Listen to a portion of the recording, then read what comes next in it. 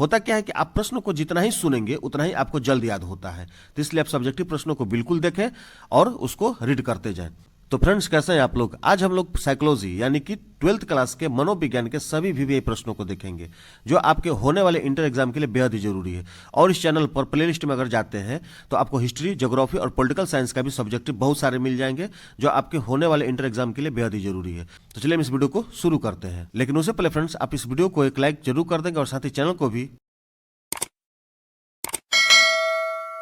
Subscribe कर bell icon को जरूर प्रेस कर देंगे, ताकि आगे आने वाले किसी भी वीडियो का नोटिफिकेशन यानी कि मैसेज आपको मिल सके। तो चलिए प्रश्न संख्या 1 देखते हैं। प्रश्न संख्या 1 है कि व्यक्तिक भिन्नता क्या है। व्यक्तिक भिन्नता क्या है, इसके बारे में हम जानेंगे। इसका जवाब होगा कि जब दो बालक विभिन्न समानताएं रखते हुए भी आपस में भिन्न व्यवहार करते हैं, यानी कि अलग अलग व्यवहार करते हैं, इसे व्यक्तिक भिन्नता कहा जाता है। व्यक्तिक भिन्नता से अभिप्राय है कि प्रत्येक व्यक्ति में जैविक, मानसिक, सांस्कृतिक, संवेदनात्मक अंतर पाया जाना है। इसी अंतर के कारण एक व्यक्ति दूसरे से भिन्न माना जाता है। अतः कोई भी दो व्यक्ति समान नहीं होते। यहाँ तक कि जुड़वा बच्चे भी आपस में जो होता है उन लोगों का असमानता पाई जाती है। इस दृष्टि से व्यक्तिक भिन्नता प्रकृति द्वारा प्रदत्त स्वाभाविक गुण है। प्रश्न संख्या 2 देखते हैं। प्रश्न संख्या 2 है कि बुद्धि मापन के किन्हीं दो परीक्षणों का वर्णन करें। बुद्धि मापन के 2 परीक्षणों का वर्णन करना है, इसके बारे में हम जानेंगे। विभिन्न मनोवैज्ञानिकों ने बुद्धि मापने के लिए कई तरह की परीक्षणों का निर्माण किया है। उन सभी परीक्षणों को 4 भागों में बांटा जा सकता है, लेकिन यहाँ पर 2 परीक्षणों का वर्णन करने के लिए बोल रहा है, इसलिए हम 2 परीक्षणों को ही जानेंगे। पहला है शाब्दिक बुद्धि परीक्षण और दूसरा है अशाब्दिक बुद्धि परीक्षण। तो पहले हम शाब्दिक बुद्धि परीक्षण के बारे में जानेंगे। शाब्दिक बुद्धि परीक्षण के अंतर्गत वैसे परीक्षण आते हैं जिसके एकांश लिखित होते हैं। बुद्धि मापे जाने वाले व्यक्ति उन एकांशों को पढ़कर एवं समझकर उत्तर देते हैं। इस प्रकार के कुछ परीक्षण व्यक्तिक तथा कुछ सामूहिक होते हैं। व्यक्तिक बुद्धिक परीक्षण से एक समय में एक ही व्यक्ति की बुद्धि मापी जाती है, जबकि सामूहिक से एक समय में कई व्यक्तियों की बुद्धि का मापन होता है। अब हम दूसरा जानेंगे अशाब्दिक बुद्धि परीक्षण के बारे में। दूसरा है अशाब्दिक बुद्धि परीक्षण से तात्पर्य वैसे परीक्षण से है जिनके एकांश लिखित न होकर चित्रों के रूप में होता है। इस प्रकार के परीक्षण में छोटे बच्चे, कम पढ़े लिखे लोगों तथा मानसिक मंद व्यक्तियों की भी बुद्धि मापी जा सकती है।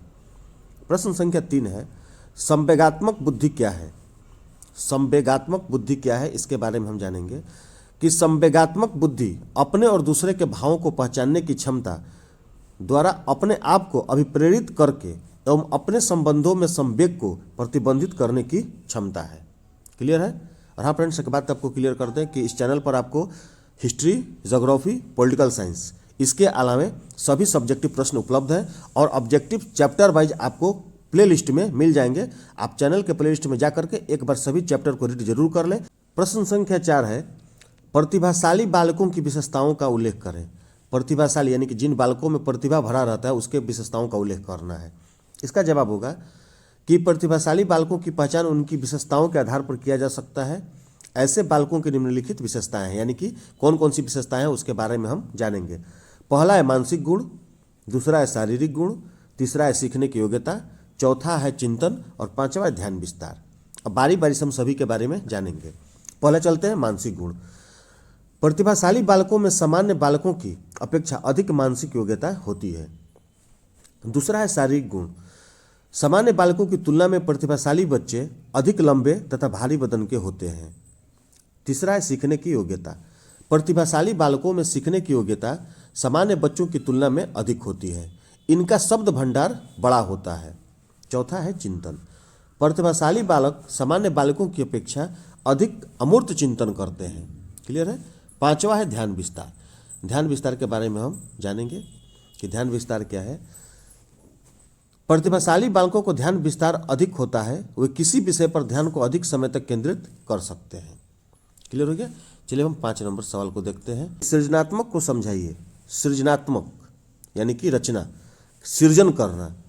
इसका जवाब होगा कि सृजनात्मक अथवा रचनात्मकता किसी वस्तु, विचार, कला, साहित्य से संबंध, किसी समस्या का समाधान निकालने आदि के क्षेत्र में कुछ नया रचने, आविष्कृत करने या पुनर्सृजित करने की प्रक्रिया है।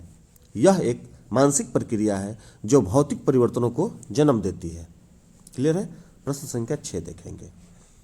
प्रश्न संख्या 6 है कि सेल्डन के अनुसार व्यक्तित्व प्रकारों का वर्णन करें। यानी कि सेल्डन के अनुसार व्यक्तित्व कितने प्रकार का होता है, इसके बारे में चर्चा करना है। चलिए इसका जवाब हम जानते हैं।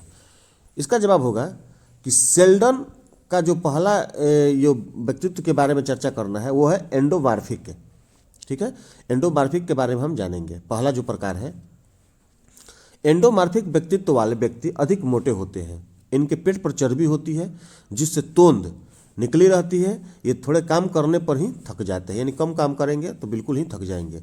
ऐसे लोग आराम पसंद और भोजन प्रिय होते हैं, यानी कि आराम ज़्यादा करना चाहते हैं और भोजन को अधिक प्रिय के रूप में देखते हैं, जितना अधिक वो भोजन लेते हैं। इनकी तुलना क्रेस्मर के पिकनिक व्यक्तित्व से की जा सकती है। ऐसे व्यक्ति सामाजिक एवं खुशमिजाज होते हैं। ऐसी चित्त प्रकृति वाले व्यक्ति को विसेरुटिनिया की संज्ञा दी जाती है। इस प्रकार के व्यक्तियों में नेता का गुण पाया जाता है। क्लियर है। दूसरा है मेसोमॉर्फिक। मेसोमॉर्फिक व्यक्तित्व के लोगों का शरीर काफ़ी सुडौल होता है। उनकी हड्डियां कड़ी और मांसपेशियां बहुत अधिक विकसित होती है। ये मजबूत और फुर्तीले होते हैं। इस प्रकार के व्यक्ति मेहनत करने वाले, कठिनाइयों का डट कर मुकाबला करने वाले होते हैं। खेल में ये आगे रहते हैं। इस प्रकार के चित्त प्रकृति वाले व्यक्ति को सेरेब्रोटानिया कहा जाता है। तीसरा है एक्टोमॉर्फिक।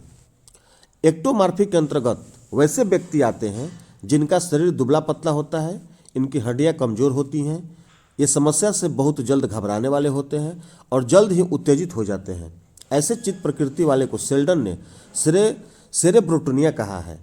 क्लियर है। आप देख लें, सेल्डन के ये 3 व्यक्तित्व के प्रकार हैं, एंडोमॉर्फिक, मेसोमॉर्फिक और एक्टोमॉर्फिक। ठीक है। एक बार और आपको याद दिला दें कि चैनल के प्ले लिस्ट में जाइएगा, वहाँ पे आपको सभी सब्जेक्ट यानी कि पॉलिटिकल साइंस, ज्योग्राफी और साइकोलॉजी का भी और आपको हिस्ट्री का सभी का सब्जेक्टिव क्वेश्चन मिल जाएगा। आप वहाँ पर जाकर देखें और चैप्टर वाइज आपका ऑब्जेक्टिव उपलब्ध है और आने वाले इंटर एग्जाम के लिए आपका लाइव क्लास भी स्टार्ट होने वाला है। चलिए सवाल नंबर 7 देखते हैं। प्रश्न संख्या 7 है कि संस्कृति पर संक्षिप्त टिप्पणी लिखें। संस्कृति पर संक्षिप्त टिप्पणी लिखें, इसके बारे में हम जानेंगे। इसका जवाब होगा कि संस्कृति किसी समाज में गहराई तथा व्याप्त गुणों के समग्र रूप का नाम है, जो उस समाज के सोचने, विचारने, कार्य करने, खाने पीने, बोलने, नृत्य गायन, साहित्य कला, वास्तु आदि में परिलक्षित होती है। संस्कृति का वर्तमान रूप किसी समाज के दीर्घकाल तक अपनाई गई पद्धतियां का परिणाम होता है। और हाँ फ्रेंड्स, इस वीडियो को लाइक जरूर कर देंगे आप और चैनल को भी सब्सक्राइब करके बेल आइकन जरूर प्रेस कर देंगे। प्रश्न संख्या 8 देखते हैं। पराहम की विशेषताओं को लिखें। पराहम की विशेषताओं को लिखना है। इसका जवाब होगा कि यह मन के गत्यात्मक पहलू का सबसे अंतिम भाग है। यह मन के गत्यात्मक पहलू का सबसे अंतिम भाग है जिसका संबंध नैतिकता से होता है। सुपर ईगो या पराहम को समझने का और इसकी विशेषता बताने का सबसे अच्छा तरीका यह है कि इसको मानसिक प्रकारों की नैतिक शाखा के रूप में जाना जाए। सुपर ईगोइड और ईगो को बताता है कि किसी विशिष्ट अवसर पर इच्छा विशेष की संतुष्टि नैतिक है अथवा नहीं।